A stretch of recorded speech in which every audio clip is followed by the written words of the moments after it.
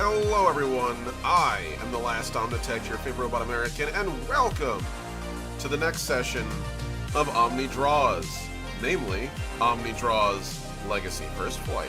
It's good to see everybody there. Hey Sailing Ships, hey Bonbon, hey Mossy, good to see everyone in chat. Hope you're all doing well. So, without further ado, let's pop on in. Let me just adjust my camera for a second because I can feel my camera's all sorts of fun stuff today. There we go. Ooh. It is a roughneck kind of day. I'm not in the need to be shaved kind of way. And yes, the background music is excellent. This is by Punch Deck VHS Heroes. You can find all the music that I use in my videos right down in the description doobly-doo thing down there. So go ahead, open it up, and all of the things I use are safe to stream. They are literally every single one of them, they're either attributable under Creative Commons or they are specifically no copyright withheld. So you guys can enjoy them and use them in your own streams or whatever else you want to do. I make a commitment to do that. Likewise, other creators that I am currently streaming music from include the incredible but not limited to Scott Buckley, Techno Axe, and several others who all release all their incredible art and all their incredible music for anyone to listen to. I am not sponsored. I'm just a very strong proponent of anyone who puts their stuff out there to help others. I think that's really important. Don't forget to stretch and hydrate. Don't worry, got a smoothie today. Strawberry, blueberry, raspberry, blackberry, banana, orange juice. So I will stay hydrated today. This is my coffee, basically. That's nice. Most artists would release things for free if they didn't survive them, right? Yeah, 100%. Also, I wanted to take a quick moment to send a huge thank you to everybody who's been supporting me, generally speaking, and that includes my amazing patrons. So, Ampersand and Atlas at Tier 1, my Mysterious Wanderers at $6.99, the incredible Nocturnamulus and Souls Rolls at $11.99, and my amazing Ironclad allies, Mossy the Mighty and Heinrich the Heroic, both at $50. You guys are incredible. Thank you guys so much. Mossy is an amazing mod and an awesome person to have in my community. And Heinrich, you're an incredible person, and I genuinely appreciate the support you've shown my channel. It truly means the world to me. Also, sorry I was a grump yesterday in stream when we were like playing Helldivers. I was having a bad day, and I know you understand, but I just want to say thank you so much. You're an incredible person, and your kindness definitely made my day better yesterday. Thank you. So, if anyone else wants to support the channel, you can join us on patreon.com/TheLastOmnitech. Right there. It is pretty easy to subscribe, and even if you don't want to, actually pay, you just follow for free. All my webcomics are on there, and daily and weekly schedules show up, along with, news and stuff. So, go give me a follow. Alright. We've done all the different things. Oh, the one final detail that we must obviously cover, which is important, is, turn the camera on and off, apparently, because, it's me in the butt. There we go. Now, see? Told you. You need to be careful about that. Do me a favor. If you're watching this on YouTube, because you are, because it's not anywhere else, just hit that subscribe button a few times. As many times as you like, slap it a little bit. Just do it an odd number of times so you're subscribed to me. Likewise, also, likes and comments in this video mean a lot, whether that be in the live chat, or whether that be, live chat? Live chat. Whether that be in the live chat, or whether that just be afterwards. I'm a tiny channel. We're barely at 70 viewers. It means the world, every one of you who follows me, but I'm not even close to monetizing yet. So, everything you guys can do to help would mean a world. So, music needs to come down a touch, slightly overwhelming me. Of course, I saw that after I did all my shtick. How's that? A little better? We good? Alright. As we get to it, today we're going to be doing a little bit of art from Legacy First Flight, as I mentioned before. So, in this particular instance, we're going to be working on operatives. So, yesterday I was drawing a bunch of soldiers and a bunch of art. I've also been doing the different species of Legacy. And in this particular instance, we're going to go back to the soldier, the first of the 6 career paths of Legacy. Now, it must be said that Legacy First Flight itself does not actually have a fixed class system like you would see in games like Pathfinder, Starfinder, or I guess Dungeons & Dragons, if we gotta mention the D and the D. In those games, you are set on a fixed path that determines from the very beginning of your career to the end of your career what your options are. You can switch tracks, you might even be able to multi-class, but everything you do is governed by that track. Instead, Legacy is an a la carte system, a little more like some things such as World of Darkness or Savage Worlds, as immediate examples that come to mind, or Mouse Guard, Burning Wheel. And yes, operatives are our second thing. So, we take a moment to just briefly break down what the hell is an operative? What are you talking about, OMNI? Well, I'm glad you asked. Let's take a moment and discuss what an operative is. So, let me just pop this bad boy open and move him over here. This is the old piece of art I had for the operative. It's passable. I think I can do significantly better nowadays. Whoop. Don't mind me, you guys don't need to see that video detail. It's always on the wrong page. So in terms of legacies like classes and such, what operatives represent are basically those voyagers who, again, all of them are delving into ruin worlds and dealing with, like, interesting politics and all sorts of stuff on the side. But specifically operatives, these are folks, operators, are very much similar to soldiers in the sense that they're intimately familiar with advanced weaponry and life-threatening peril, but where soldiers are trained to fight on the front lines, operators work best from the shadows and the sidelines. They work a more clandestine angle. So, oftentimes they're corporate spies, formerly special forces, even guerrilla fighters in their past lives. They can work in many different varieties. Again, this is an a la carte system, so you can build them as you like. Most common examples I've seen are snipers who hang out in cover and provide overwatch for their party.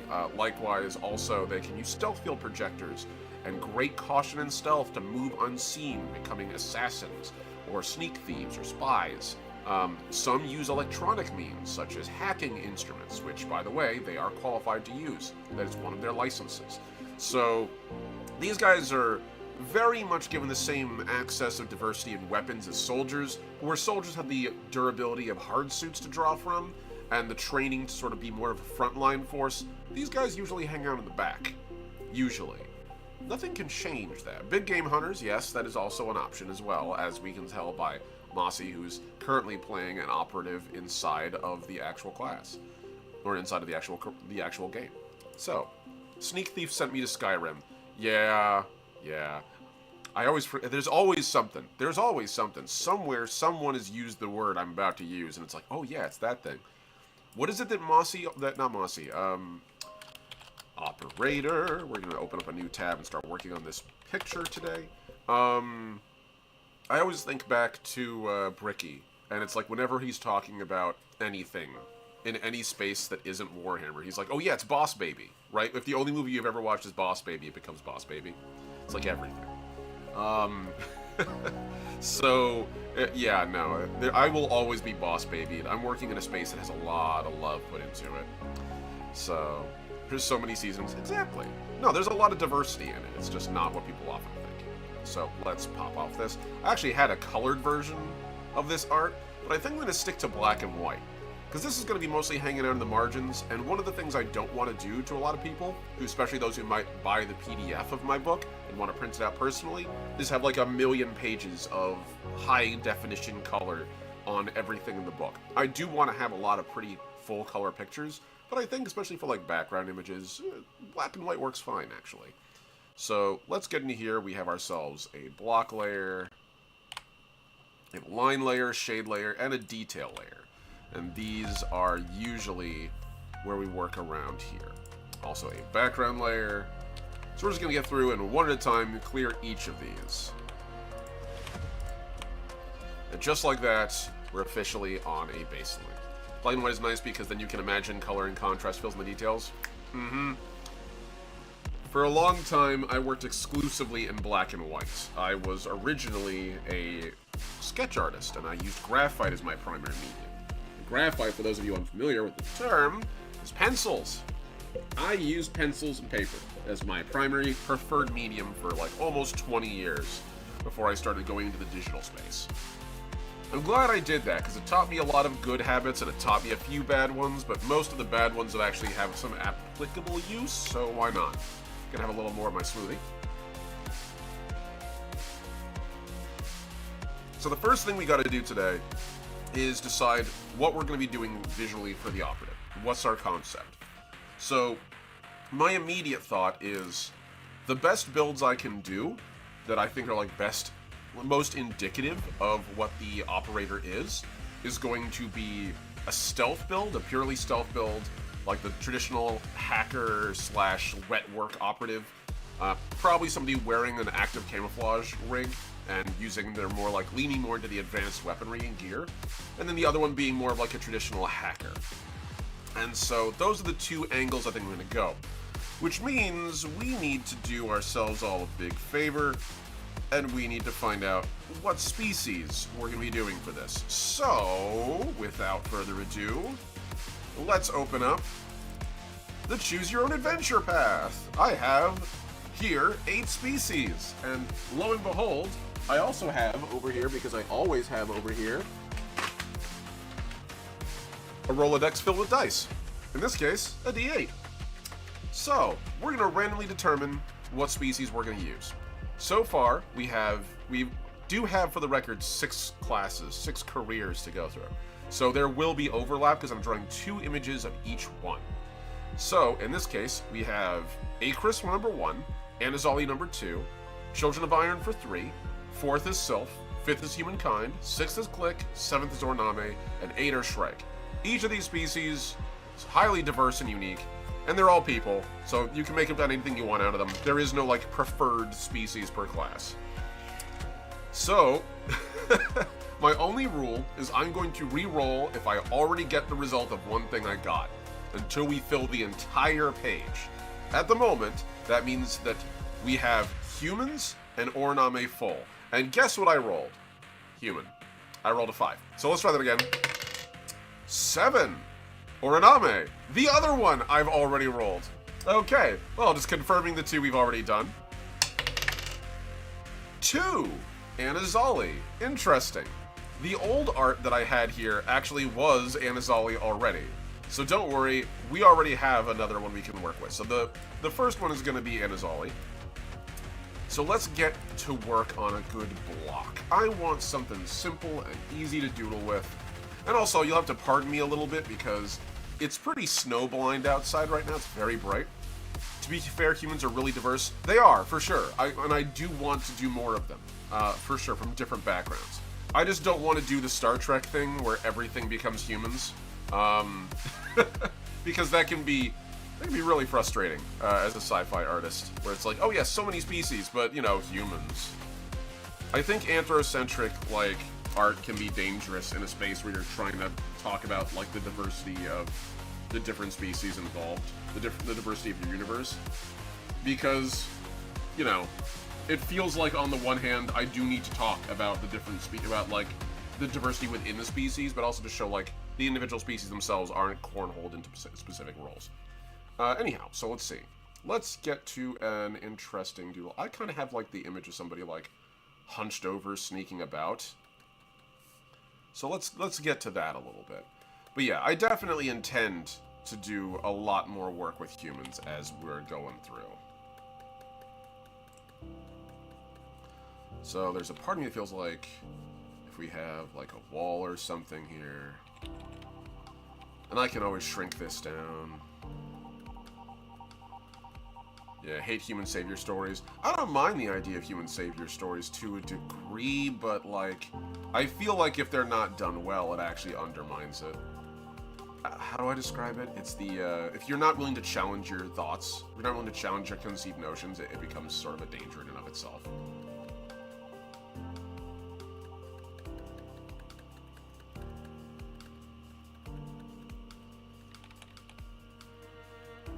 I'm gonna have to shrink this. It's way too big.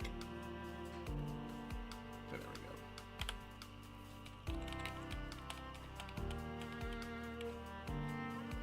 we go. Ooh. Oh, I see what's happening. Okay. It's always that stupid, what is it called again? It's not the gradient tool. Color replacement tool. Color replacement tool really loves being on the same thing as the normal brush that I use, which I kind of loathe. I'm sure there's a way to fix that, I just haven't bothered to yet. Pose is a little off.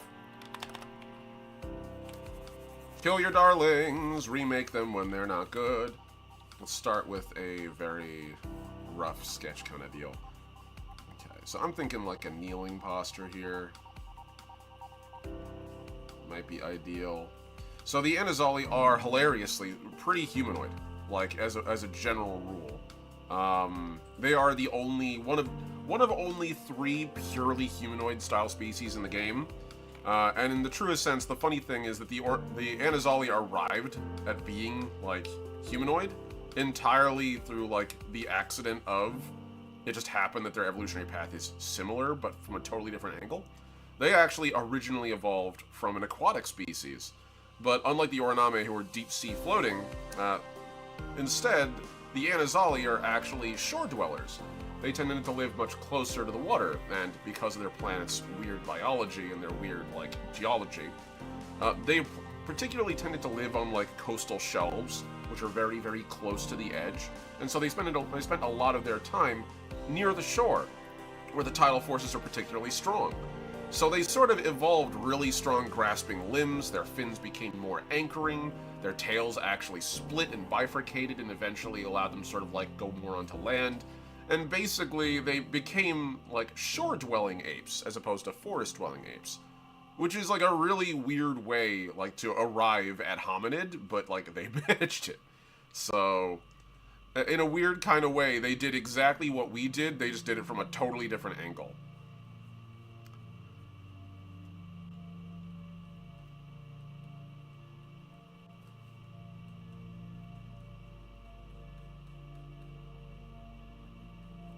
Kind of liking this posture a little more. Yeah, that's feeling a little better. It's something. It's something. Yeah, that'll do. Let's shrink this. So I'm thinking someone crouching with a rifle here, probably. Sniper rifles are really, like, they're used by everybody in Legacy to a degree. There is technically no restriction in gear and equipment that can't be circumnavigated, which is basic experience. So again, you can start the game and be like, oh yeah, no, I'm a technician, but like, you could end up being like the gun guy. You can be heavy weapons guy. So humans end up as the default media, as they're something the audience can actually empathize and instantly relate to. And exactly. And I think that's important too. Like, again, it's why Star Wars tends to focus on the human characters. I do feel it can be a bit of a problem, though, when you get to a point where, like, it can be a problem when they do so to the detriment of, like, God, I don't know how to describe this. I'm talking out of my ass. I'm gonna let the thought lie. I've already belabored the point. I guess I should say it's just a bit frustrating when you have a galaxy as vast as Star Wars and it turns out that like 95% of your actors become human. And it turns a lot of the aliens in Star Trek, whose cultures are barely explored, if at all, into like a look at me kind of thing. They're not identified as people at that point. They're identified as more of a thing to oogle at. They're a spectacle. And I think there's nothing wrong with that to a degree. Like, science fiction is built on spectacle to a degree. But, like, there is a point where one should try to at least, like, be aware that you're literally turning, like, these aliens sometimes into just kind of like, ooh, how fantastic. And it's like, okay, well, you know, they're standing next to that guy. Like, they might be fantastic for us, but, like, what's their daily life? Which is why I think Andor is so good. Andor's one of the few times where, like, we see just, like, these random aliens just doing. Like, usually we see them in, like, these weird and exotic places, but, like, every once in a while, you get a peek at, like, what an actual, like, non-human's life in Star Wars looks like that isn't, like, highly stylized. Like, I always think about Dex from Episode 2, which I know, I can already feel people being like, wait, the prequels? Yes, the prequels. And there's this random-ass big frogman who just happens to run a diner. And it's basically a scene straight out of Happy Days. And it's very funny to me that this, like, super, like, ripped guy is, you know, he's just doing his thing. And is played off as completely normal as it should be. And I love that, actually. That gave a really cool moment to that character. It gave a lot of, it like grounded them very uniquely. And every once in a while you see stuff like that too, where it's like, hey, you know, they're not every alien is like in charge of this incredible place that has this super unique stuff. Sometimes they're just like grocers. Sometimes they're just clerks. Sometimes they're just doing the do to get by. And I think that's fun. Alright, so we've got this. We've got ourselves a basic shape. Let's start playing around with armor designs. We're going to start by sculpting out some basic shapes. Okay. So, most Anazali tend to have these almost Tron-like helmets, usually. I'm thinking I might give a helmet this time. The last time I left the helmet off, but I didn't really like the end result. The biggest beef I have with the old piece of art is actually the face.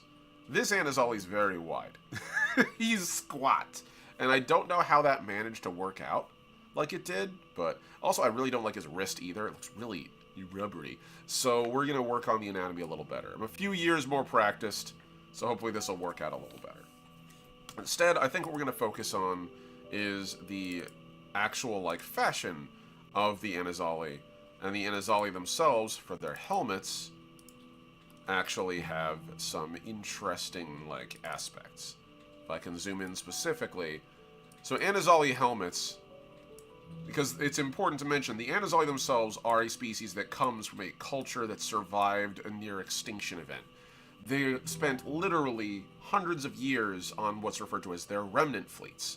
Only 5 of them remain. Only a few thousand individuals in some of them, and for others, millions. But still not a huge number. A culture of trillions reduced to only a handful of millions is not much. And so as a result, they ended up becoming spacefarers again, in the truest sense. And a lot of their fashion is built around what is basically their spacesuits. So you can sort of see like elements of both this translucent helmet that allows them to be seen through it, as well as also like elements of the actual armor and spacesuit being adapted. This Anazali is technically wearing more human technology than most Anazali tech is. The one on the left is like wearing a purely Anazali harness. They tend to use a lot of Harlight, what are called star hearts as well. Little tiny reactors roughly the size of like a coffee coaster that contain like a nuclear reactor's amount of power for almost no effort. Stuff like that. So, we're gonna go with that. Yes, Dex and Pong Krell, the two ends of the Basilisk people. Yes, that's right. Pong Krell, the man who reminded everyone that you can look cool and still be a complete piece of shit. It's not a spoiler if the show is, at this point, almost a decade old. It's been out for a while. Very Quarian helmets. Very much so, actually. The funny thing was, one of the original references I was using was actually this excellent piece of art by Timon26 on DeviantArt, which I will just... it's an excellent, like, reimagining of how the Quarians look. I won't show it because I don't have an explicit permission from Timon, but if you feel like risking going on DeviantArt, which is like 95% porn and AI right now, just heads up on that. But if you want to try to find it, it's Quarian Suit Redesign by Timon26. It's an excellent piece of art, and I very much borrowed elements of like that when I was redesigning the Anazali a little bit. So I very much like the concept. I'm going to take this and swing this up here. This is the line, not the block. We're going to get ourselves a nice block layer now. So the block is where you add a general color and usually sort of silhouette out things. Oftentimes you're supposed to do the block first. I usually do. But in this case, the pose was kind of finicky, so instead I went with the line art. Like I said, sketch artist, so some habits die hard, and this one in particular. Especially for more difficult poses where I feel like finagling it a lot, I'll often do the line art first and then go in and block it out later, and then work out the volumes involved.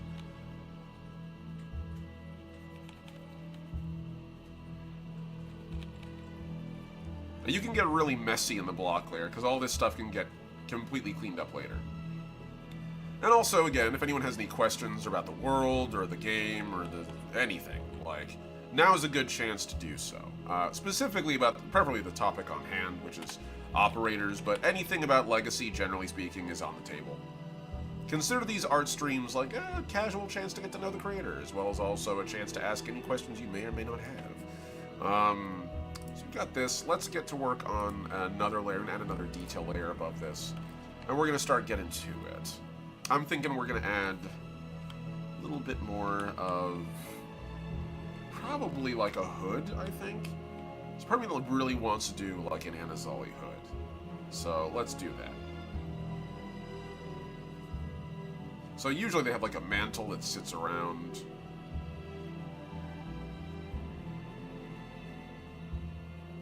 Really not beating the Quarian accusations, am I?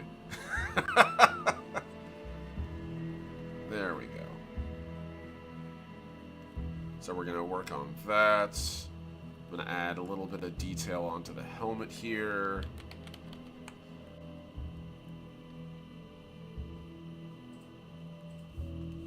Okay, let's start working on... I'm going to give this guy a star heart as well. Yeah, we'll give him like one star heart as the reactor.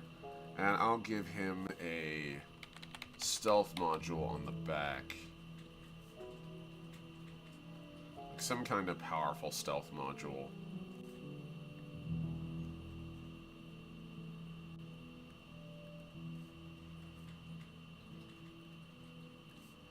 Kind of like the idea of stealth modules having like this very angular sort of design. I could probably even incorporate it into the hood a little bit. Yeah, I kind of like that look. That's interesting. That gives us an interesting aesthetic. Let's see. As far as the rest of the armor design goes, I'm going to try to keep it pretty straightforward. We're not going to get too bulky here. Again, this is supposed to be an operative, so the atmosphere they're wearing is going to be lightweight, mobile, and allow them to move at speed. But yeah, let's go with that. Let's go with that. I feel like there's a path I could do where I give this person like maybe some kind of like cloth that comes over. Yeah, I think that's the path I had to go. Okay, give him a belt. Goes over here. I promise this will be more visible in a minute.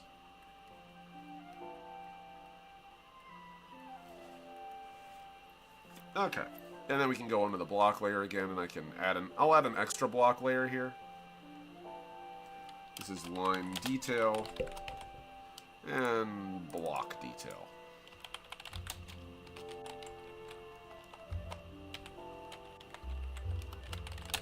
Alright, I saw one question pop up. Give me a second, and we will get to it. Okay, so, here's a question. With the fact spacesuits are fairly common and weapons have the ability to damage mechs, walkers, and ships, would you get operatives that exit a ship to target ground units, like sit in low orbit and use a heavy sniper, etc., like a gun or a chopper sort of thing? Yes, actually. Orbital sniping weapons are very common, mostly on, like, mech scale. The biggest issue you run into from sniping from orbit is the fact that you have to hit something very far away from you through an atmosphere. Unless it's an atmosphereless environment, in which case, well, no problem. Problem solved. But otherwise, you do still have to compensate for whatever you're firing has to enter and survive atmosphere. This does necessitate that whatever weapon you're firing has to be of a sufficient size or it'll just be vaporized. It's kind of the reason why we don't all get peppered constantly with like little rocks moving at like a not insubstantial amount of orbital velocity all the time. Turns out, when you hit an atmosphere, it's basically like a belt sander. So, in the case of orbital sniping, that tends to be done by mechs. But you can absolutely have heavier weapons. The most common weapons used for orbital sniping are usually linear accelerators. If it's a mech, it's either a linear accelerator or a railgun or something equivalent. If it's a person on foot, it is either a man-portable railgun or a man-portable linear accelerator. These are huge. Mech sniper, that's scary. Yes, I actually once, way back in the day, I think this is on the old Legacy art. I don't know if I ever got around to drawing it completely. but there was an old, like really old, piece of avatar art that I drew of like an avatar hovering in low orbit with a Gauss rifle just aimed downward, and they're pretty terrifying. So like, there are those moments where you're like, oh yeah, that's right, they can absolutely do that. In fact, actually, I guess I do have a piece of art which does technically depict one of these. This would be under NPCs, Revenants. Here we go. So the Stalker Revenant is one of the various types of NPC adversaries you'll fight potentially in Legacy. Revenants are actually leftovers of usually humanity because of the variety of tech involved, but they're usually leftover artificial intelligence platforms from humanity, specifically during their faction war period.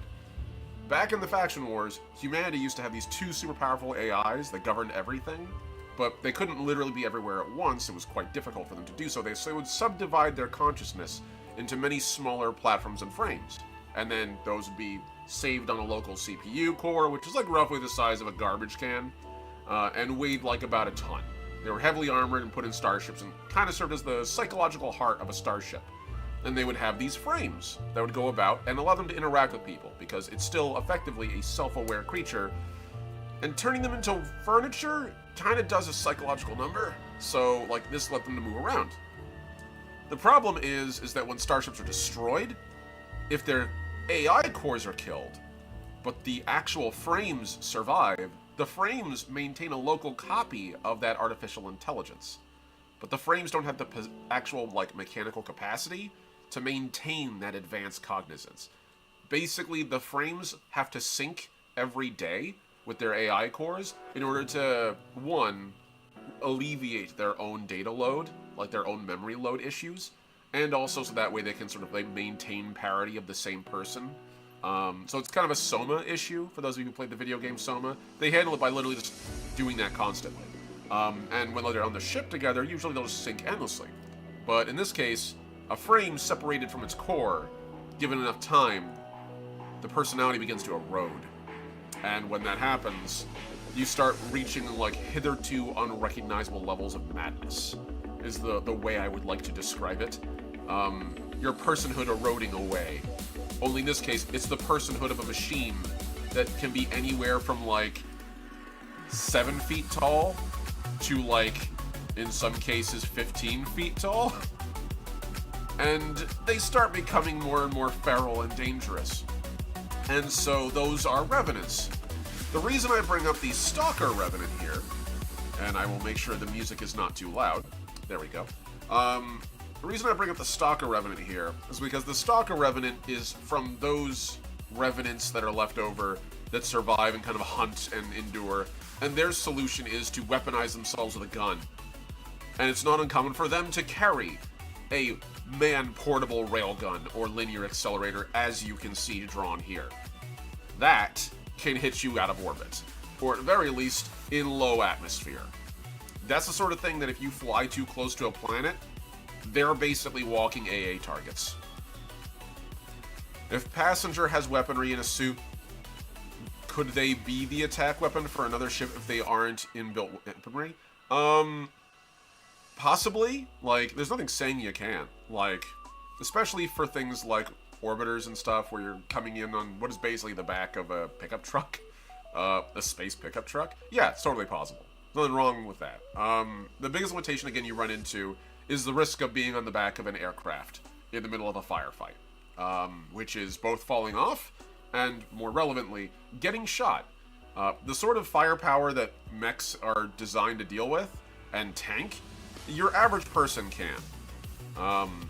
Rule of thumb, for those who are playing the game, when you're dealing with any kind of construct, so that includes aerospace craft or walkers, they do double damage to anyone on foot, and they take half damage to anyone on foot unless they're wielding heavy weapons.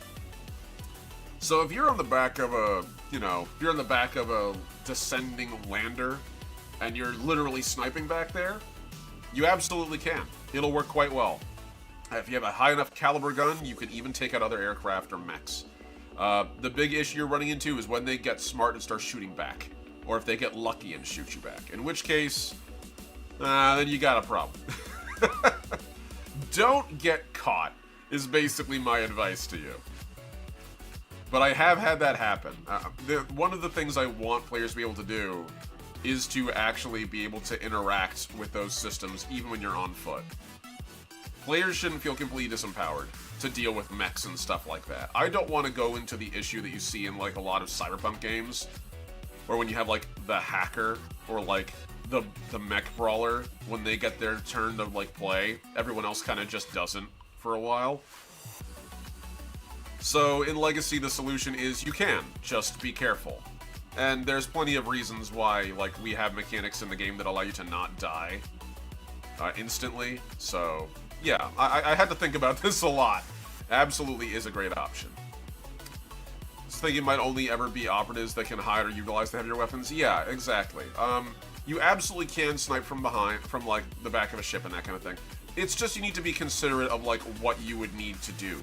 Like, you need to take precautions. Legacy, like I said, isn't a system like D&D where it literally gives you everything you need to do your, like, character fantasy. You kind of got to invest a little of that yourself. And so you need to take those steps. You want to shoot from the back of a mech? You absolutely can. Fun fact, there's actually a feat in the game, there's a trait you can take in a trait tree, that's a cavalry tree that lets you ride on the back of, like, personal vehicles. Like, for the record, there's not just the mechs and the walkers. You can just ride a hover bike, or, like, a little walker bike. I'm going to take a moment to show you guys this, because I actually really like it. Way back when I first got started planning my stream game, when I wasn't even sure I was going to ever release Legacy, like, it was just kind of a, oh, this will be fun. Like, I'll show these guys this thing I've been working on for years, and we'll have a fun time, yada yada. I had to draw out what the players might be able to ride. And oh boy, they immediately got super excited, and the first question was, can I take one? And I was like, I guess. And these are mounts. So, I right now have 3 varieties. I have hover bikes, which are exactly what they sound like. Speeder bike, swoop bike, whatever you want to call it. It's a hover bike. ATVs, which are exactly what they sound like again. All-terrain vehicles, usually tracked or treaded, or they might even have, like, screws. And then little walkers, ATWs, all-terrain walkers. And so, like, you could ride one of these as a cavalry wielder and fire from the back of them. There's an entire trait tree you can take to make you good at that. So if you really out there, if you're a Space Marine, if you're like 40k Space Marine pilled, cool. You can be a White Scar in Legacy. You absolutely could. There's nothing stopping you. And in fact, actually, it could be really fun. One of the last players that we had briefly actually was a cavalry rider. Didn't really have much chance to enjoy the experience because, like, they had to leave very shortly after joining, and on top of that, they also had, like, certain issues with the environment. Riding a bike over a wall is a difficult thing. But, yeah, it's absolutely doable. So, like, you know, just things to think about. Absolutely an option. Put breaker on a mount, that could be cool. Nothing's stopping you from that. Just a chopper strike. Yeah, a chopper strike would be fucking awesome, actually. No notes on that. That would be actually really cool. I'll just call this detail right now, because there's part of me that's like, I could do line detail. No, I'm just going to fuck around with detail. We're just going to start working on this. Let's start getting some colors in. I'm going to do some darker color for the rest of the helmet. Put that about 45.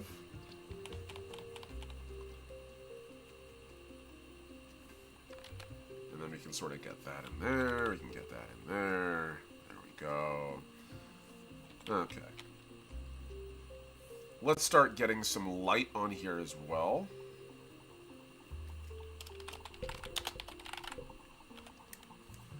Cool. And this will be detail dark. Alright, let's start playing around with some of that.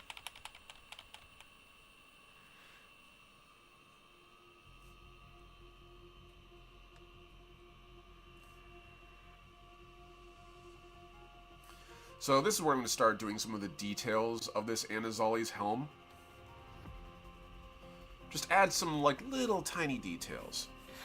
But yeah, no, I would love to see that. For the record, for those of you guys who are wondering, like, where do we get the ideas for this sort of, like, where do I get the ideas for that kind of play?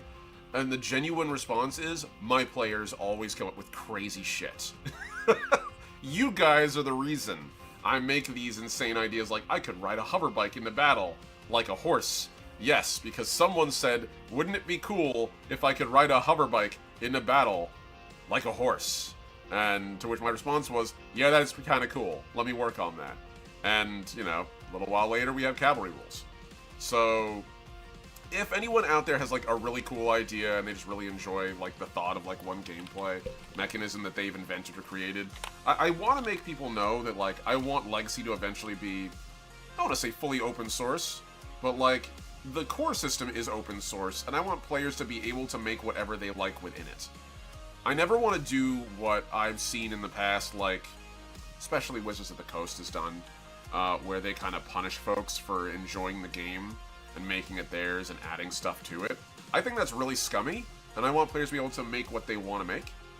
And so, as a result, if someone out there is like, hey, I have an idea for, like, cavalry rules, my challenge to you is, go for it. Make something cool. If you're really proud of it and it works out well, show me. Let's talk about it. I absolutely want to include, like, really successful things people do in my system in future editions. So, and I will gladly give credit where it is due in the actual credits of the system to folks that figure out cool ideas. Don't want a gatekept system? Yeah, exactly. I just, you know, I think that these games live and die on the incredible creators that, you know, make them. It's on you guys. Anyone who ever tells you that, like, anyone ever tells you that these games are made by these companies, it's true to a point. The bulk of the actual games that are being made out there are being homebrewed so extensively that the actual creators themselves are kind of just giving you, like, a framework, and you're working off of it. And if anyone ever doubts that, just look up the sheer number of, like, fan games that are, like, built off of D&D 4th Ed.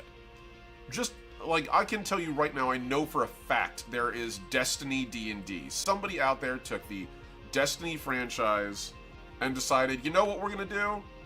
We're gonna fucking put it in Dungeons & Dragons.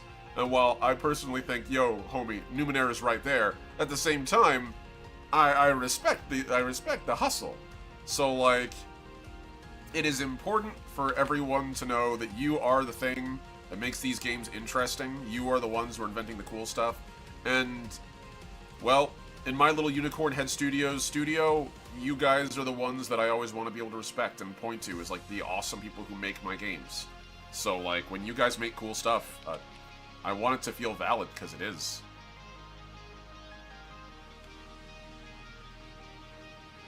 That is my promise to you.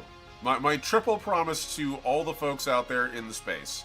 I will never use generative AI under any circumstances. Fuck that shit. If it ever does happen, it is a fucking mistake and someone has lied to me.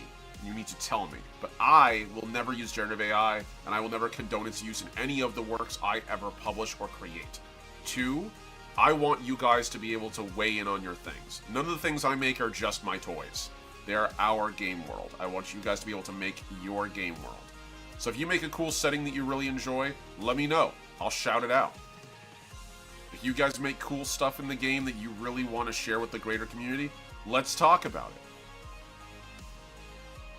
I promise you that. I won't pretend that I don't have my darlings, but one of the things I've had to, over the years of working on Legacy, come to terms with, and I will admit, it is a bit of an ego death to come face to face with it. But one of the things that I've had to learn is you have to kill your darlings sometimes.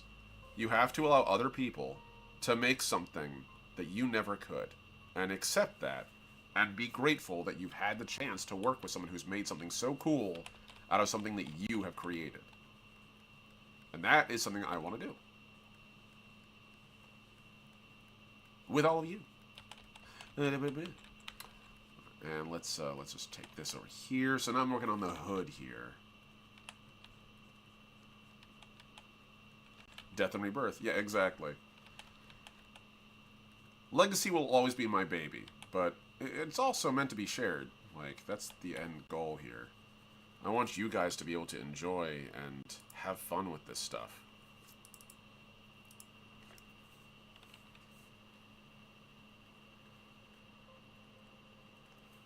And I don't ever... You know what I really want to avoid? I never want to be the guy who's like, oh yes, but in Sourcebook 15, like, that counteracts your theory. No, fuck that. You guys make what you want and enjoy it. That's the end goal of this. I've actually had people who have asked, like... I've actually had someone who recently asked me, are there other species in Legacy First Flight? In my version of it, there are 8. I'm currently working on potentially 2 more. But those are for a distant time after I release the core game. Let me get through the basics, okay? I still haven't even released the core book. But those are just the ones I've imagined. I want you all to be more than able to make your own. I won't be able to include the rules for creating your own species initially because I want to make sure that if I release that sort of thing, it's balanced. But the system is pretty simple. And if someone can wrap their head around it and make something that they feel proud of, yeah, that's valid as hell.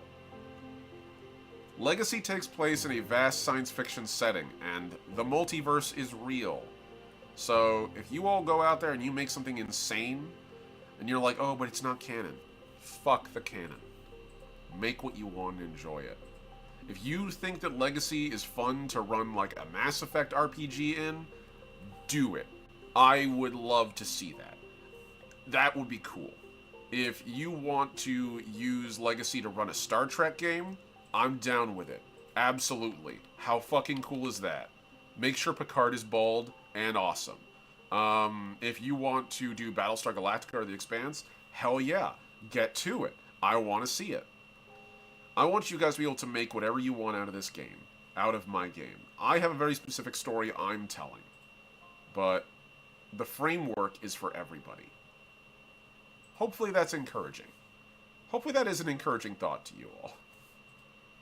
The only thing I don't want people to do is nakedly, like, just straight up steal the files. Please. I'm very poor. I'm not a big corporation. I'm not even a big, small company. I'm literally, like, a poor guy in Vermont. So please throw a coin to your Witcher. Alright?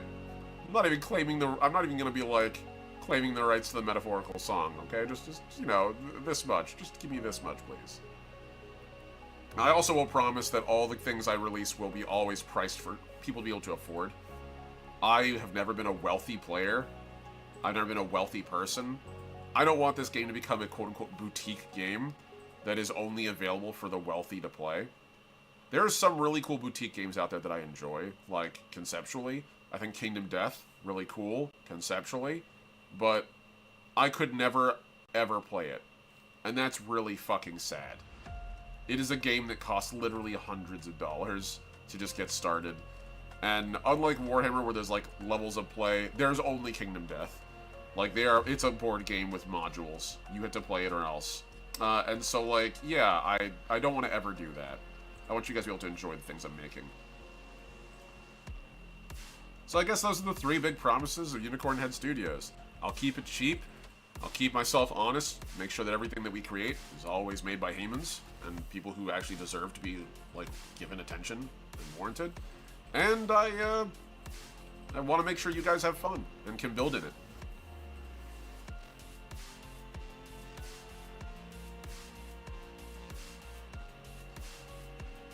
Okay, I'm kind of digging the way this is coming out, actually. Not gonna lie. I've been, like, purely vibing for a little bit, but this is coming along pretty good. Okay, and then we're gonna sort of just go over here, add the Vambrace. We're just gonna secure the Vambrace here completely. Alright, awesome.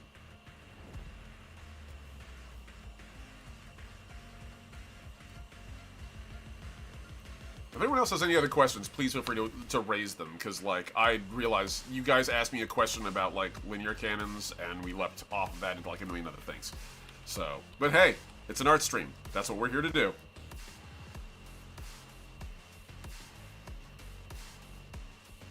Also, since you did mention spacesuits being common, spacesuits are super common. They're called atmosphere, and they're literally designed to be wearable on the casual.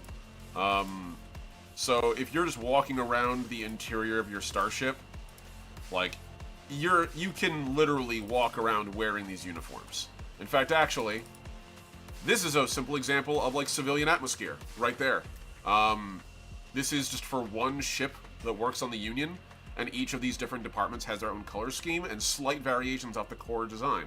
But they all work with just minimal modification. You could wear clothing over any of these and be comfortable in it. It's designed to be that unobtrusive. So, the Anazolian Shrike lived longest, right? Are humans the shortest lived? Not even close.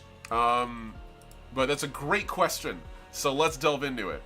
As far as the species of the Union that live long, as you mentioned, the Anazali have no functional end to their lifespan. The only other species that matches them in that is the Children of Iron. They're literal machines. They do not age. They psychologically age, but their physical bodies only break down through wear and tear and can mostly be maintained. The Shrike can live to be about 400 years old, like 400 to 500 at peak. Anything older than that, they're starting to actually, like, usually they'll start dying of actual, like, usual structural decay. They kind of are like lobsters, they never stop growing. And in fact, actually, that tends to be what kills them, is their skeletons actually begin to oxidize and not be able to support their weight, and then, well, one day, system collapse, and they die, like, usually very painfully. So, most Shrike prefer to die in battle than die of old age. The shortest lived species in the Union is actually the Click. The Click get to, yep, you nailed it, Mossy, the Click. They can only live to be about, roughly, with massive scientific intervention, 60 to 80 years old. 80 is like the equivalent of someone nowadays living to be like 110. It is very rare for the Click. Humans in Legacy actually at this stage are able to live to roughly about 250 years old, with advances in modern medical science within the Legacy universe. Same thing with the Acris, roughly about 200, 250. The Sylph tend to live closer to 150. Their medical science is pretty advanced, but they're still kind of like bringing it up to parity with the rest of the species of the galaxy. And the Oraname technically don't die of natural causes in the normal way. Instead, what they tend to do is they reach a stage of their, like, biological lifespan where they'll either bifurcate, or they will kind of just sort of like, well, it's really just bifurcate. Like, they eventually split in half, and like a cell, mitosis begins again, and they grow. So, as a result, Oraname can have these weird branching families where it's like, so these are my actual offspring, and these are the clippings off of me, in a way. And so you have sort of like an extended community of, like, sister-brother sort of. Oraname are they're not genderless, but, like, their gender is significantly more complicated than us because they're fucking jellyfish people. But, like, they have extended siblings, and they have, like, the actual offspring-based family trees. So, there's your answer. The youngest lived species in the galaxy is the Click, and simply put, it's because the shortest lived species of the Click, they already had a very young lifespan to begin with. Before modern medical interventions on the Click's part, they made it to 20. So, like, they've tripled their lifespan. It's just a short lifespan to begin with. Click also tend to live very passionately. So, I'd say if I was to make the Mass Effect comparison, the Click are actually probably the closest thing you're gonna find to, like, the Solarians in Legacy. They're very much driven.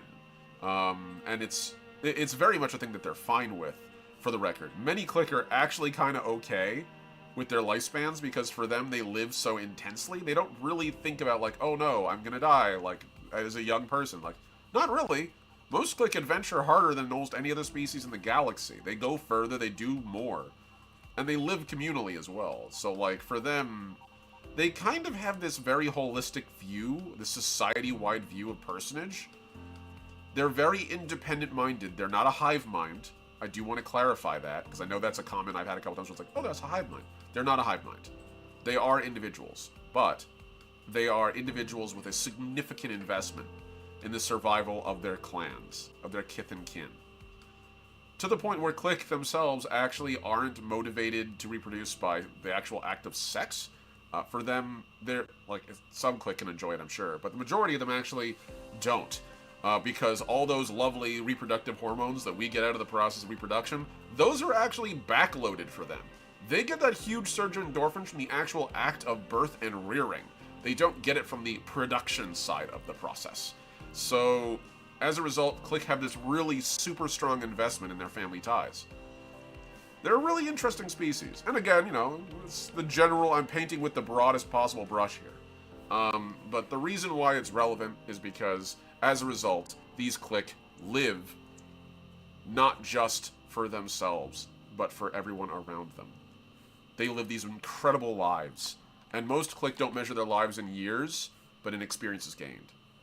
Some more individual than others. Yes, there must be said, like humans, there's always the weirdos. And the weirdos are often the funnest people to hang out with.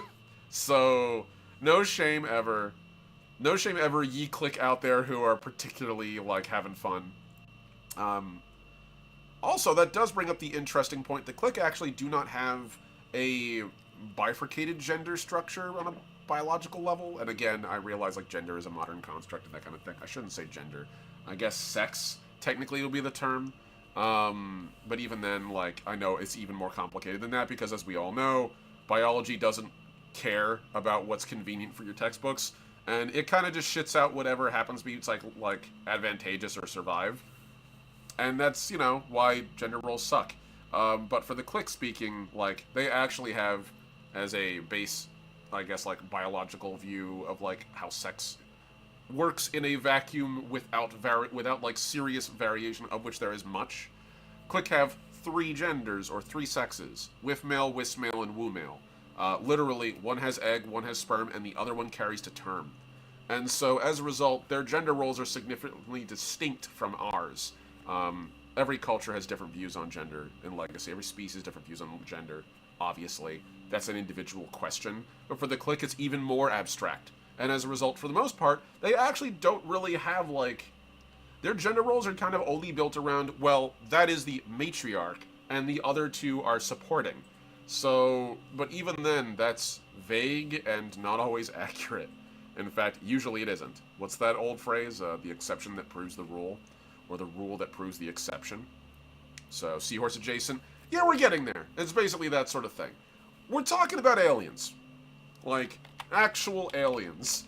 I think it's important to realize aliens aren't going to adjust to what makes us biologically or culturally comfortable. So, like, yes, there's plenty of species in the Union that do have what we'd consider, like, a more traditional bisexual. You know what I'm trying to say? The two sex species structure that you see in a lot of, like, Earth mammals. There's plenty that are like that. There's also plenty that fucking aren't, and in fact, that is the majority. So, yeah. That was a fun little discussion that came out of nowhere. Yes, click live the least. That's the... No, that's saying that's really mean. No, click live the most out of everyone, I would say. But click have the smallest lifespan. There's the phrasing. That's the correct term. They have the smallest lifespan. Foot, meat mouth. As live streams go. Any other questions? I'm happy to parse them. Let's see, and I'm gonna add a little bit more. We're gonna add some texture to the shoulder pad here. Kind of like the idea of, like, it being almost, like, ridged a little bit.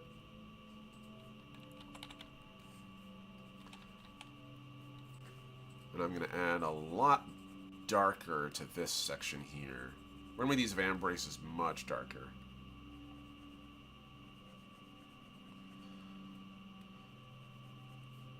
And just gonna put that there. There we go. Okay, cool. Looking pretty decent. I kind of want to darken the chest plate a little bit.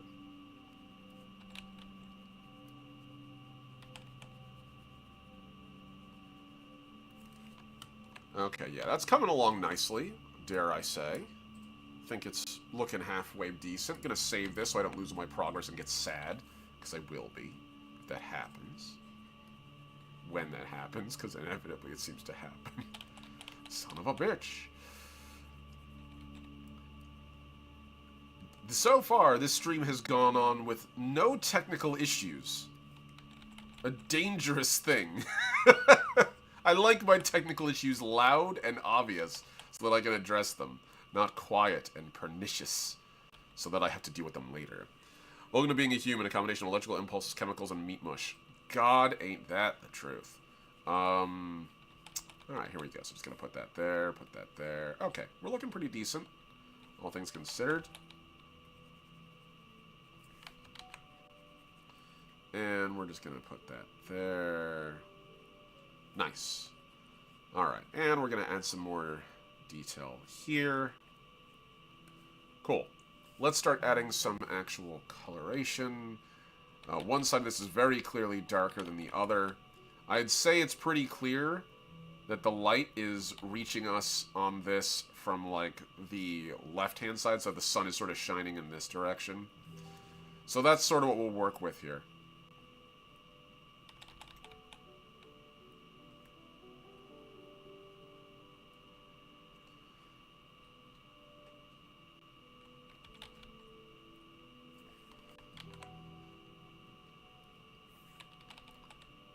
And here we go.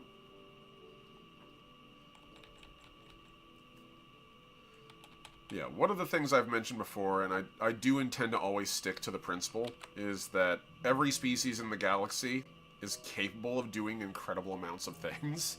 So I don't want it to ever be a situation where someone goes like, "Oh yes, I want to play like a soldier. I better play a Shrike." You don't have to. Take it from me. You don't have to. Some of the best warriors in the galaxy are not Shrike. There's plenty of them that are. Obviously, you know, 10 to 12 foot tall, or I should say 9 to 12 foot tall, giant saurian with, like, blades on arms and, like, no eyes and can echolocate and see in the dark. And 4 limbs, each tipped with razor-sharp claws and a jaw roughly 3 feet long. Yeah, you're gonna be kicking ass. But, you know, humans can do a lot of damage, and so, like, it's sort of a whatever you want to go with works. Like, some of the most ferocious fighters in the galaxy are Click. Fun fact, the Shrike actually brought the Click into the Union because they were impressed by them. Like, so that should say everything you need to know about how the galaxy works in Legacy. No one person, no one species has a monopoly on a particular skill set. Everyone can develop it. I was actually about to ask, are there any races that are more expected in an operative role? So, usually the rule that I go with is, when we talk about these sort of discussions, they are, quote-unquote, what I like to call culturally canon. And by that I mean, the world of Legacy is not perfect. It is a galaxy that is better, I would say, than our current status quo. My goal when I was designing it was to make a universe that's hopeful, that shows promise, but isn't perfect yet. That still gives plenty of opportunity for players to make the world better yet than it was when they entered. But that doesn't mean there's not still truisms and stuff like that. I tend to stick away from, like, the weird, like, fantasy racism that we often see in, like, D&D. I'm really not a fan of, like, people in games going like, I'm gonna invent slurs for the different species and that. That gets kind of icky on the face of it. But there are still issues of, like, social dynamics and expectations. And so, yes, there are absolutely some species that are expected to conform to these different possibilities. It must be said that these careers, again, are careers for Voyagers. Plus, I'm sure genetic augmentation is explored, even if it's not perfected. Absolutely. I will, like, briefly mention, there's a whole sub-faction in the Union known as Hunters, and the whole premise of Hunters is that Hunters are all transhuman, or I should say post-species, or trans-species soldiers, all of whom have been significantly genetically augmented to fight a war against the Ataraxi Scourge, a horrifying, terrible galaxy-consuming plague that nearly destroyed the galaxy once. They are, all of them, genetically modified, surgically modified. Every single one of them is rebuilt from the ground up willingly. And so, like, transhumanism and personal growth are totally expected in the Union. Absolutely. In fact, actually, in our own party, Mossy's character, if we can reference this very quickly, that they'll be playing, Mognir. Mognir, actually, if I can open up the art, in fact has surgically modified themselves. Most Click do not have razor-sharp mandibles, or surgically, like, steel-bolted on mandibles onto their head. But Mossy's character, Mognir, absolutely did do that. So yes, you can 100% Borg yourself out in Legacy. And it is expected, and unlike in Cyberpunk, it is not a thing where it's like, oh, this makes you less human. No, you are still, like, as much what you once were as you were before you went through that procedure. It's really more what you wanted to become that's the relevant question. So in terms of, like, where the truisms lie of, like, what species are expected to do what, well, there's some obvious ones. Unfortunately, very obvious ones. So let's get the big, dumb, obvious reasons out, the big, dumb, obvious ones out of the way. Shrike are expected to be warriors. Even within their own culture, it's a stigma that they frequently deal with all of the time. Not like a little bit, but fucking constantly. They struggle with that. The average Shrike is expected to achieve some level of martial prowess if they are in any way, shape, or form connected to the Shrike Ascendancy, which is built around, like, basically a space feudalism structure. Think about it this way. The Shrike have been fighting Game of Thrones style for their entire history, and they're not stopping anytime soon. As opposed to achieving world peace, instead they found a way to solidify that kind of constant interplay of different sub-factions and kingdoms fighting amongst each other into their galactic government. They found it was easier to codify a form of perpetual war as a government instead of attempting to achieve peace. And by having a constrained perpetual war that's sort of built around these specific methods of, like, how you can fight, they still persist to this day. And so, like, as a result, they deal with a lot of their own internal pressure. That's a Shrike just standard. No hard suit, barely wearing semi-powered armor, doesn't even increase their height, next to a human in semi-powered armor. That Shrike can pull that human in half, and it is expected that Shrike do that. So as a result, a lot of Shrike deal with a lot of the same issues that I would say a lot of really toxic masculinity people deal with in real life. The idea of, like, there are certain roles for men and women. They kind of have, like, a species-wide role. It isn't gender-based, it's just, hey, you're a predator, you're expected to be able to kill. And so if a Shrike is like, I'm a poet, I would rather not. Or, like, I'm an engineer, I like to grow corn, I don't know, I'm a really good painter. The Shrike respect those skill sets. Painters, poets, farmers, all of them have their own honor. But all Shrike are conditioned to want the prefix of ath in their name, which denotes a warrior. It is an honor, no matter who you are. And it is an honor achieved through violence. And it's something that the Shrike are expected to achieve. So, as a result, soldier, jockey, and operative roles are almost always presumed of Shrike. Negotiators also are a thing, especially if they're from, usually, House Cant. House Cant is particularly well known for that. And Shrike-ish researchers come from, specifically, I would say, like, House Ricks, who were the inventors of the projector rig. So, they're, you know, the Shrike tend to go towards the big, violent, beat guys up thing. Oh yeah, and Shrike do in fact have tails. Yes, that's the most complete drawing I think I've ever done of, like, a Shrike's anatomy. In a way that doesn't, like, in a way that looks decent, I think. So yeah, there you go. Shrike have 4 arms, long reptilian tail, like crocodilian tail, and usually a crown of horns. But yes, you absolutely could do the Shrike tail with the Knight's tail. Click are almost always expected to, in some capacity, be engineers. This actually is sort of a truism built off the fact that the Click are known for being very versatile and technically skilled. They're not the most technologically advanced species in the galaxy, but they are constantly building. And so, as a result of them endlessly expanding their territory, all Click have usually some level of introduction to, like, basic engineering and construction. They're sort of expected to. In the same way that if you were raised in, like, the, I don't know, 1500s, 1600s, you're kind of expected to be able to put brick and mortar and, like, wood on wood to at least be able to build yourself a cabin or a shack. Like, it's kind of expected of a certain, like, level of people. you know, you come from a Mormon or like an Amish community, you're kind of expected to be able to help at a barn raising. Same thing with the clique. Oraname don't really have any suppositions on them.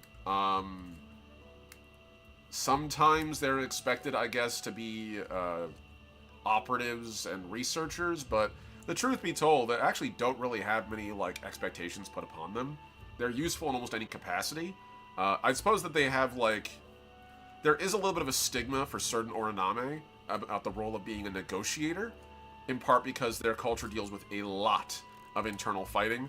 The Shrike have a lot of internal fighting in their culture as a simple matter of, you know, the Shrike ascendancy is literally Games of Thronesian style. There are 5 houses that rule, and your way to get a seat is to kick the ass of one of the 5 houses. So that's like built into their structure of government. But the Oraname don't exist in a perpetual state of constrained violence. Instead, they've existed in a Cold War for literally hundreds of years, and that Cold War frequently goes hot to the detriment of many of the people who live there. So it's not really a thing on the Oraname themselves so much as their current ruling homeworld governments being particularly scummy. And so if you're a negotiator coming from one of those governments or trained by one of those governments, well, they have a lot of problems with that. So it's really less the Oraname, more the people who rule them, as a rule of thumb. Humans are actually kind of, well, they're not really expected to do, like, everything. But human engineers, super common. Human soldiers, super common. Human negotiators, super common. Those are like the 3 that everyone expects. But if there's one that you can put above all others, jockeys. And there's one simple reason for it. It was humanity that created the Avatar. The one super advanced technology they integrated into the Union was our use of walker tech, routinely. We created walkers and aerospace craft that were small, compact, and mobile. And as a result, with that practicality, sort of spread and exploded. And so as a result, when you see an Avatar traipsing around, kicking ass, the presumption is there's probably a human in there. So, yeah, jockeys, as a result, are a really common expectation of, like, humans.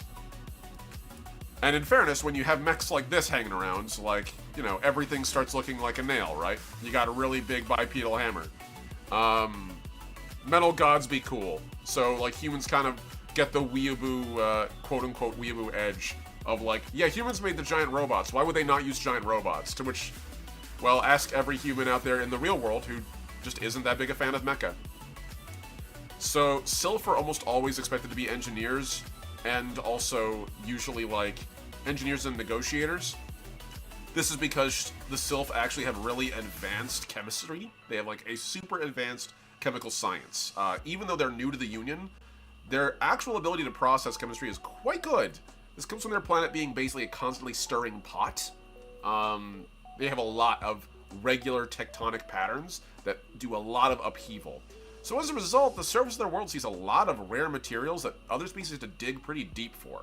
And so the Sylph kind of just like as a baseline have had access for a very long time to really powerful chemicals and accelerants and things other species had to discover through time and effort. They kind of just have on their surface of their planet. So Sylph discovered dynamite before they discovered damn near everything else. They've been actually developing chemical weaponry for a long time, but also chemical science. Their steel is stronger than nearly everybody else. Their rocket fuels are more powerful than nearly everybody else. Their energy systems are surprisingly dense and efficient. In fact, the base weapon of like Sylvan warfare is actually a chemical thrower because of the sheer density of the foliage on their homeworld. So yeah, it's not really a class as much as an expectation that they be familiar with chemicals. And that tends to fall under either researcher or engineer. But soldiers are expected to use some sort of flamethrower equivalent. Some sort of defoliant weapon. Children of Iron are expected to be researchers. Or operatives. They can be soldiers and everything else, but like, they're literally living machines. People presume that means that they are calculators. To which click, I should say, the Clique understand the frustration of being typecast in a role by the nature of their size and their culture. And the Children of Iron accept that as well, as like you all think because I'm actually a simulated creature that I operate on zeros and ones. That's not how it works. For the Children of Iron, they view their dependence on like a electronic lifestyle. Their electronic nature is to them as relevant to their day-to-day as our biological nature is. Just because every one of us is built off of DNA doesn't mean we're all biochemistry majors. The same thing for the Children of Iron. Synthetics, just because they're built on a baseline of math, does not mean that they inherently are good at it. There are plenty of Children of Iron that do not like engineering, that do not like math, that are not calculators, that cannot stand that shit. As a general rule of thumb, they tend to be slightly better at it because of the fact that their base processing is faster than a human by a marginal degree, but that does not actually make them better at it. So the expectation of children is they do something technical. I guess they can be expected to be jockeys too, but like again, it's not mandatory. Anazali, actually, I'd say they're expected to be negotiators. That's like they're negotiators or researchers. That is the presumption that they are negotiators or researchers. And that is simply based on how they have survived. Most people of the galaxy do not interact with Anazali on a regular basis. There's not enough of them. There's a couple million of them in a galaxy of trillions of lives. It is a very small percentage. And so many people will go their entire lives and never once meet an Anazali. Just the nature of it. It's just the roll of the die. And as a result, most of the people that they will interact with, who are Anazali-wise, are the representatives on the Union Council. So, the negotiators, the researchers who are doing the technical wonders, those kind of things. The incredible artists and sculptors and engineers who make these marvelous engineering feats that every other species just looks at with wonder because the Anazali got about a, 5,000 to 6,000 year head start over everybody else at least. Probably closer to almost 10,000. And so, yeah, that's the presumption. But the truth is, Anazali tend to go through cycles in their lives. One of the things that you have to deal with when you live forever is not being bored. And the best way to do that is to mix things up. So, an Anazali might start their lives and dedicate themselves wholly to a science, and then achieve a level of mastery they're content with, or achieve as much as they want to achieve in that field, and then go do something else. We all do that as humans all the time. How many of us have had hobbies that we pick up and then go, okay, I think I've done as much as I want to do, and you put it down and you move on? That's the Anazali. And then finally, the Acris are probably the ones with the most obvious one. They are expected to be soldiers. They are expected to be soldiers. They are expected to be operatives. This again comes from their role as being the quote-unquote saviors of the Union, the first found, keepers of the realm, as it were. Their fleets guard the galaxy. In many ways, if you were to make the Mass Effect comparison, they are the Turians. And so, as a result, the presumption is, because the state is militarized and is in service of the galaxy, you are expected to militarize yourself. There are plenty of Acris that do not agree with that. They live their own lives elsewhere in the diaspora and Creole cultures all across the galaxy. So, yeah, varies. But, as a general rule of thumb, some form of militant service to the state is expected. And some people go, oh, an Acris, you mean a soldier, right? Which is really not always accurate. So there you go. There's your expectations. But the truth is they can all succeed and, in fact, exceed at any of these roles. So they're not required to do anything. Hopefully that answers your question, Mossy.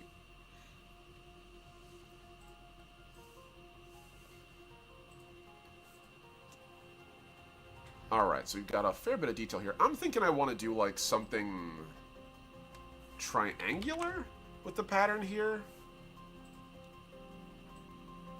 I'm going to try this on a separate layer because I might fuck it up. Let's give it a shot.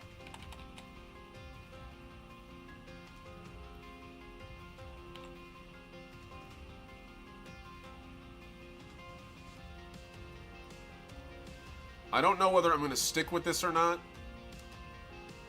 but I kind of like the idea of reusing a shape language, even if it's just a little bit. And I love the triangle motif I got going on this person, so we're going to go with that.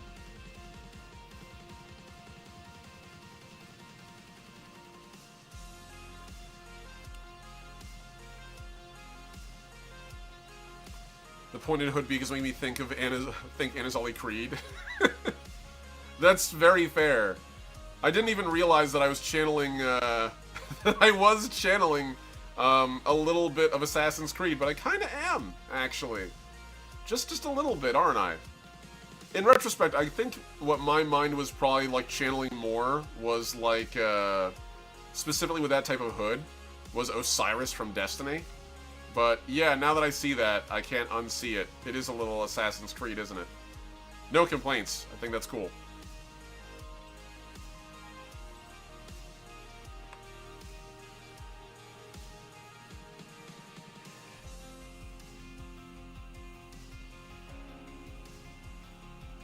We're just going to mirror that. Okay, so I kind of like that pattern. It just took a second for me to get better at it. Gotta get good. You know how it goes.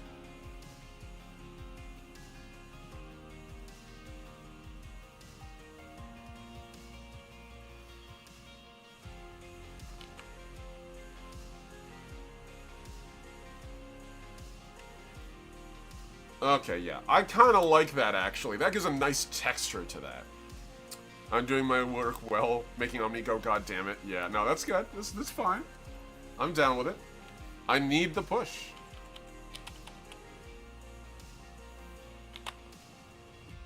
Alright, we're going to go for another 30 minutes, so I'm still going to keep the ground open here. Alright. Here we are.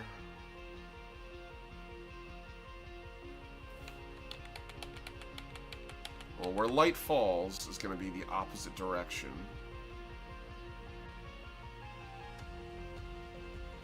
There we go.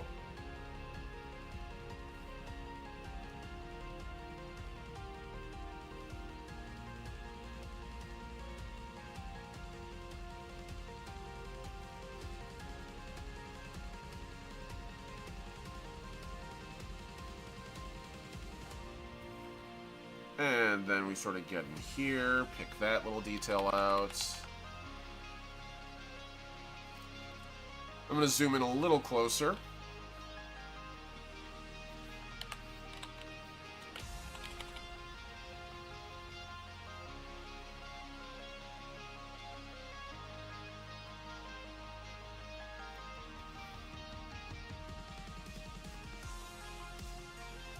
There we go. And I like to do that just to pick out the ridges, because I think it looks kind of cool.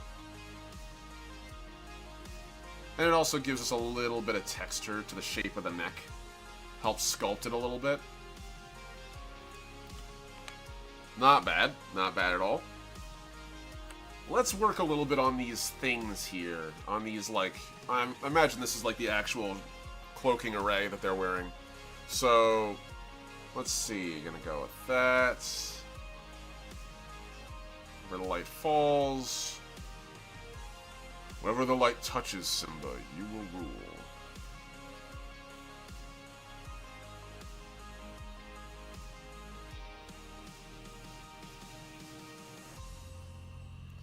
Here we go. Hello, Paul! Sending love to your friends. Oh, thank you, Paul.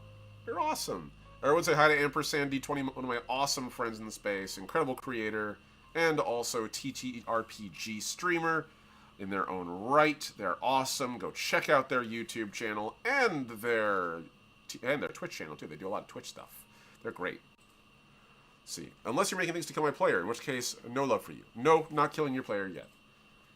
Wait, your player? Kill my player? No, I'm not going to kill you, Paul. You're awesome. Why would I want to kill you?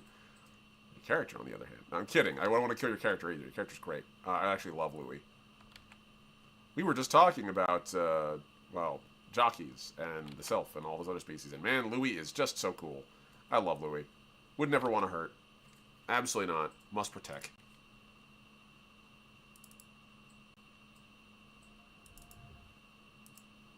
Let's see if we can go over here. Boop.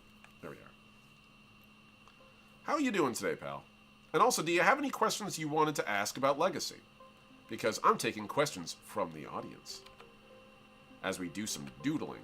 Because this art is probably going to end up in the book.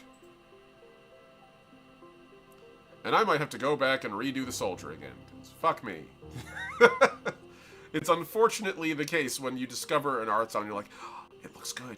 I want to use this. And you're like, oh, I need to go back and redo everything with this art style, don't I? Yes, I do. Yeah, okay, I really like the little detail on the hood there. That's actually pretty nice. I can probably go over here and delete this.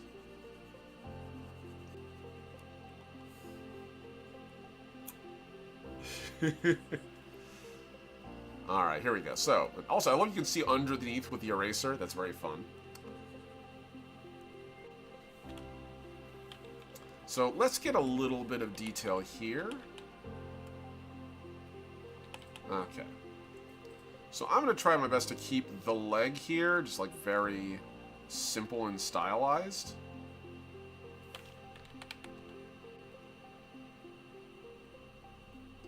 I feel like Anazali armor is designed to be simple. It's not meant to be super fancy. It's not meant to be, like, this really over-the-top design. Sometimes they can be, but this particular dude is an operative, so practicality trumps all here.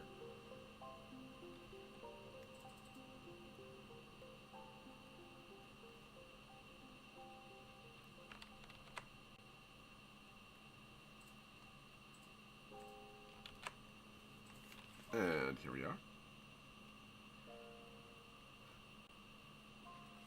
Alright, we're entering our last 15 minutes, so I gotta get the let out. Let's go. If anybody's got any questions, feel free to continue asking, as we are still doing this little Q&A section here.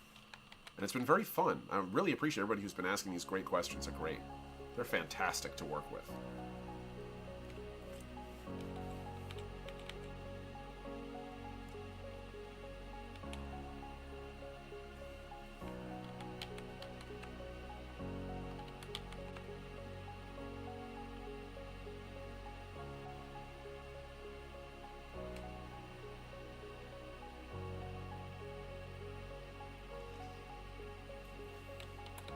And let's go with this here. Get our belt across.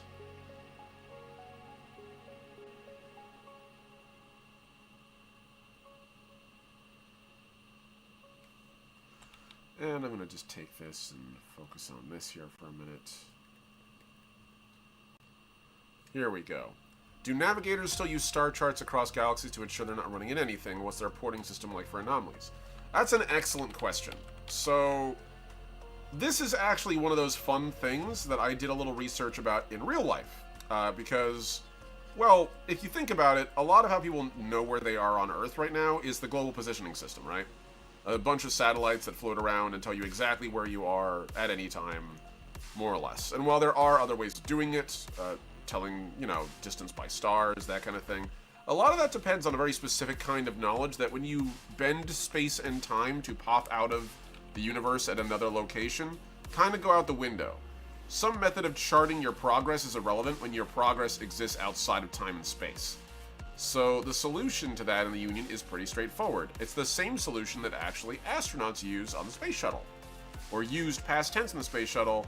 Rest in peace, space shuttle program. You were too good for this world. Fuck those who killed you and made us have to depend on SpaceX. And that would be the use of really powerful star-studying telescopes.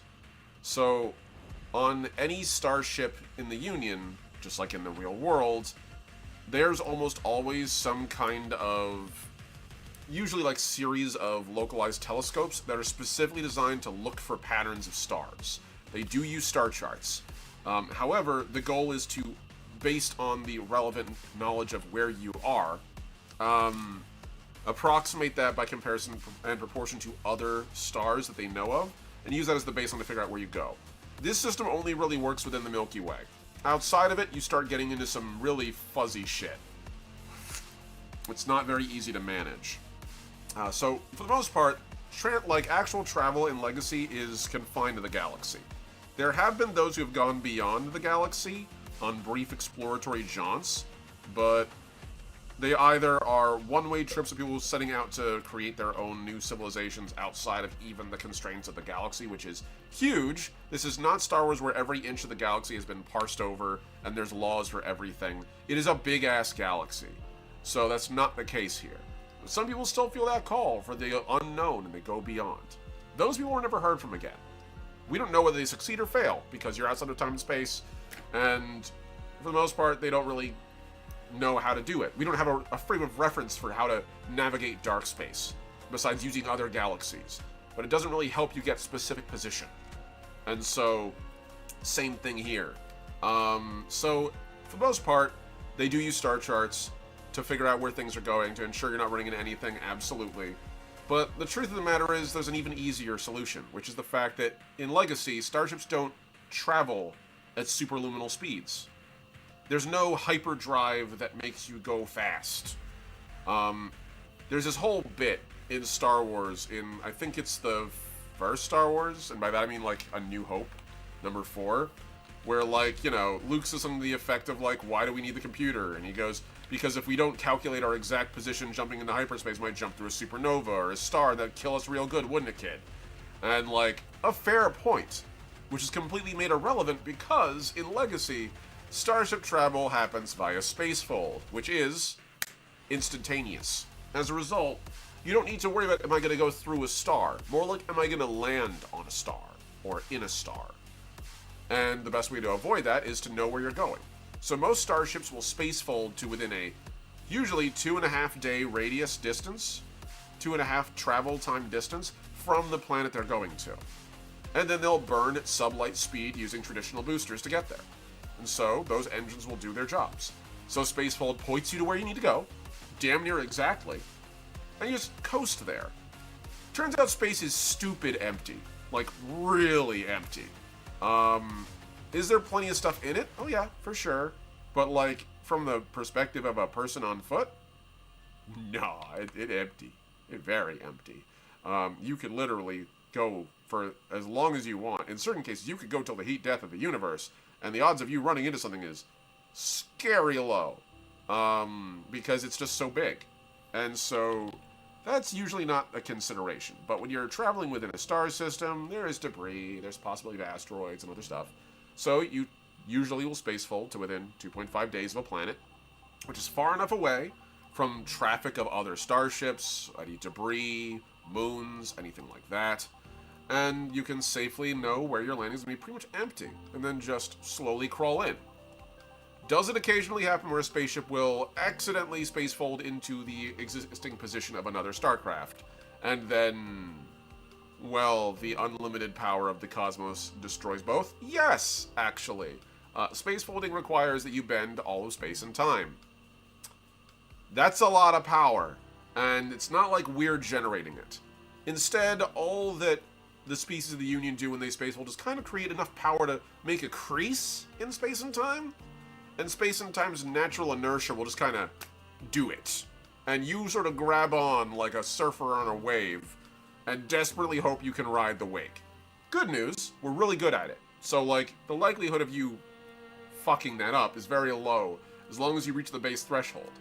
Almost all spacefolds are calculated for a starship at a roughly about, usually like, anywhere from 500 for hyper-precise spacefolding systems, 500 feet, to about 2 kilometers around the spaceship, of a safety bubble, just sort of like snipping out all that space-time, and condensing it to a point infinitesimally small, where it will arrive at its destination point, as an infinitely small object, where it will immediately re-expand to its natural state, because that movement all happened outside of time and space, and thus when it happens, when they re-enter time and space, laws of physics reassert themselves instantaneously.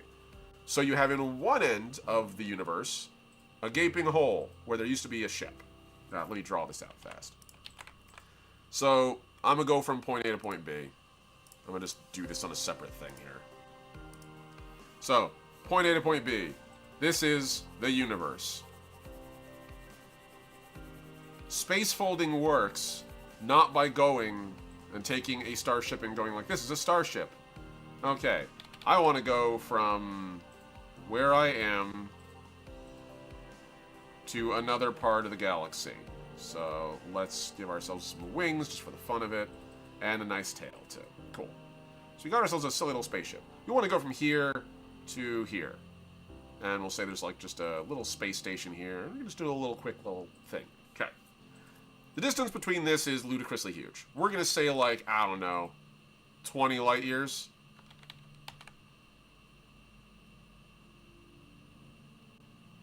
That's too insane for us to make in a reasonable clip. So we don't. Instead, Spacefold Drive bends space and time, or I should say creases it, and in doing so it creates a little area around itself known as a safety bubble. Literally taking that whole thing and yeeting it out of space-time. Just pulling it out. It's completely gone. Then, it reappears at its target location as an infinitely small point. So, once it arrives, it'll be super tiny. Like, I can't make it small enough on this, but that's it. That's all that remains. That right there. This leaves us with a Doppler vacuum effect. On the one location, I've got this fucking hole here, where there used to be space-time. And now there's, well, nothing. Quantum vacuum. An insane absence of existence. And on the other, this hyperdense point that should not be this small. Well, laws of physics reassert themselves because this travel happened outside of time and space. So again, instantaneously. If you're traveling out of the universe, you're traveling outside of time. So you move from point A to point B, instantly. The universe snaps back, the crease undoes itself, and reality reverts to what it should be. And the laws of physics fix what's broken. So, the object here re-expands to its original size, and all the space-time around it also re-expands, creating a massive pressure wave on a spatial level, which forces everything nearby to be pushed away. Good news, again, the universe is big, so that what would normally be horrific shockwave is pretty short-lived before it's kind of dispersed across the entirety of the universe. Like a tremor wave in the distance. If I put a bomb in the Atlantic Ocean and blow it up, it's going to be significantly less destructive to the planet or to people nearby than if I were to blow up that same bomb inside of a pool. But on the other end, you have this giant hole now, which the solution is the universe rushes in, compressing all the matter around it to fill the gap, reestablishing normalcy. This all happens simultaneously, in literally no time at all. There is no measurement of time between the leaving and the arriving. It is infinitely small a margin.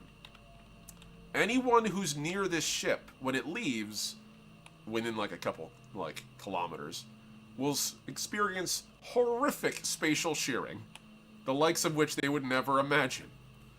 And anyone who's near the starship will experience an overpressure wave of matter and space, which can crush anything nearby, again, to a certain radius of a couple of kilometers. This is why spaceships teleport, or I should say spacefold, to 2.5 days from their target. Because that way, when they go point, and they leave, usually they will leave after having flown 2.5 days away from their planet, or whatever their original point of origin, spacefold away to their destination, which is about 2.5 days away, and then fly at sublight speeds to that location, minimizing the chance that I accidentally appear in another starship and blow it up. Because that sucks. Pretty bad. Some spaceships will do this during warfare, for the record, but it's considered highly faux pas and really dangerous. And why would you do that when you have, guns? Because guns don't accidentally kill you. So, yeah, that's space folding in a nutshell.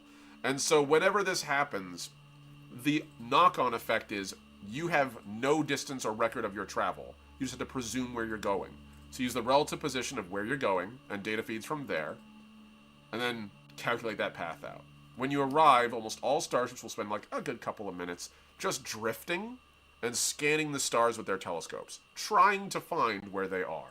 Get a lock and a bead on which direction they need to move. It's stunningly easy to get lost in space, and so this is a very important part of the process. So yeah, there you go, Bond. There's your answer. Hopefully it wasn't too long-winded. Let's add like a little more detail to this and we'll call it a day.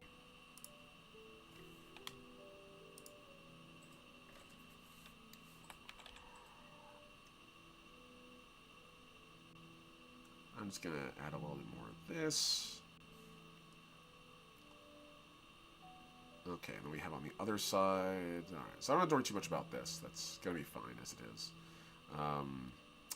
Cool.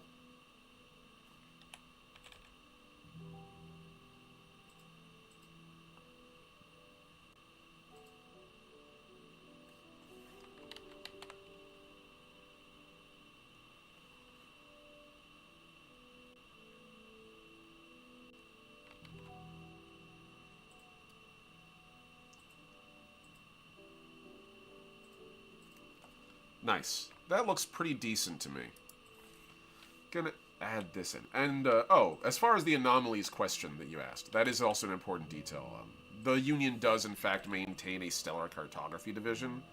And oftentimes, whenever you run into an anomaly, which is like the, you know, the science fiction way of saying something's wrong. I hit a speed bump.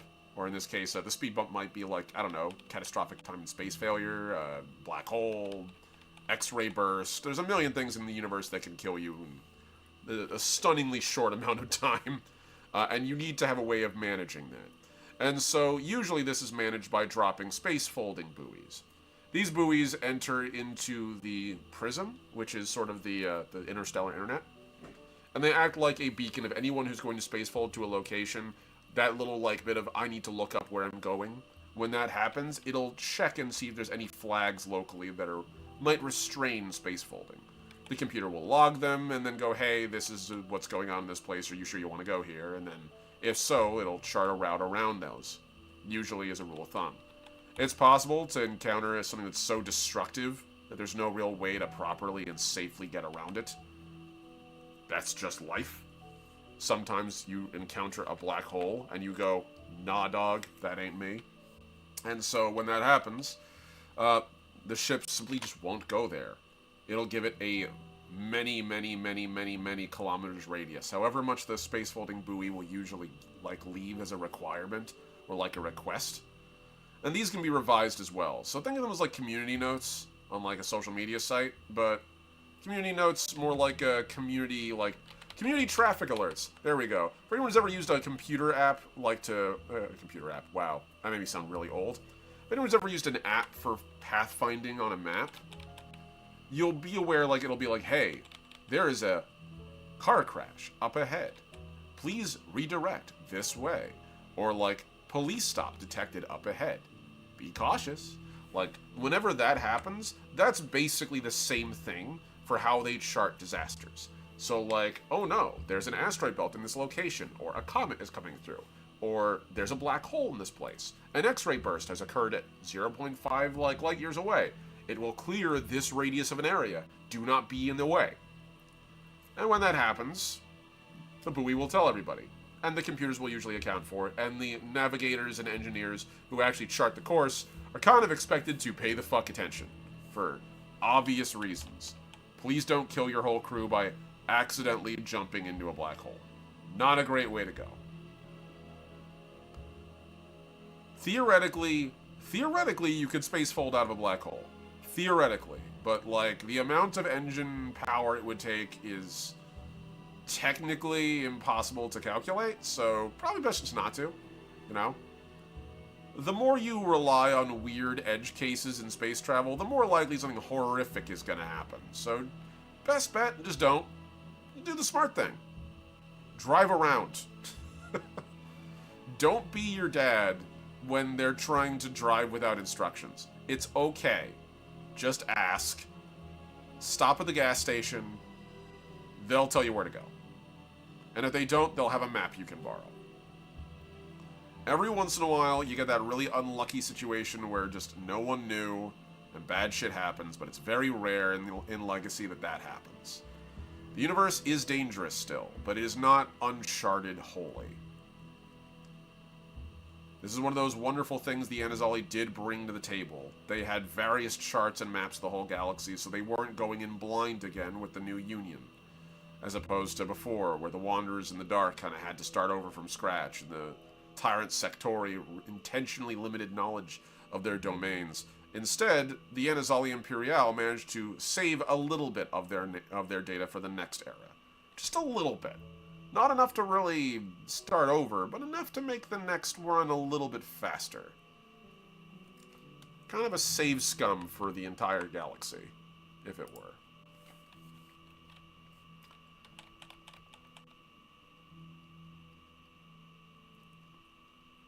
Okay, I actually like the way that's turned out. That's a pretty fun texture. I was worried it wasn't going to look good. I was incorrect. I apologize to myself for being so hard on myself. It looks fine.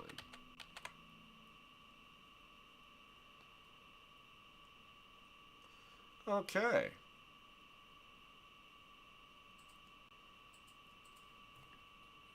And with that, my friends, I believe we reach the end of our stream today. We are all our harshest critics, aren't we just? I really appreciate everyone tuning in to these little art streams. One of the reasons I started doing them when I first got started was because a lot of my friends at the time, like the gaming spaces that I were in, they thought that they couldn't draw. And theoretically, at the time, they weren't wrong. They weren't skilled at it, but that's just a matter of them not being practiced, not a matter of them not being able to. And I think that little like drawing streams like this can take away a little of the mysticism involved in art. You too can create some pretty cool shit. A little practice and effort. You know, to quote Death from a certain cat-based movie, well, you know, as it goes, pick it up. You can do it. I believe in you. It's like maybe $3 for a pack of 20, if that. And paper is damn near cheap. It's damn near insanely cheap. Anything will do. Take a shot. You can make some amazing things. And I want you all to know that. If you're ever curious and want to see other creators, please pop onto my Discord. I do in fact have one, and we have an active art gallery where I want to encourage people to pop in and have a fun time. So, if anyone ever wants to, all of you are welcome. It's right there. There's the invite. Please feel free to join. And I hope you guys all have an amazing day. Thank you all so much for tuning in. And I gotta say, again, not that bad. Not that bad at all. The Operative, the second class of Legacy, the second career. Next time we gather together, I will be drawing the Jockey. Oh boy. I love giant robots. Do you love giant robots? Chicks dig giant robots. And I will see all of you guys out there. Have a good one, Voyagers. Peace. Oh, and also don't forget, like, subscribe, comment on the video. Thanks as always to my amazing patrons, Ampersand, Atlas at Tier 1, Necronomus and Souls Rolls at Tier 2, Mossy the Mighty and Heinrich the Heroic at Tier 3. And, even if you can't subscribe, following for free will give you complete access to the sum total of my freely available webcomics on my Patreon, as well as also weekly updates to both my schedule and my work. Take care, everybody. Have a good one, and I'll see you out there, Voyagers.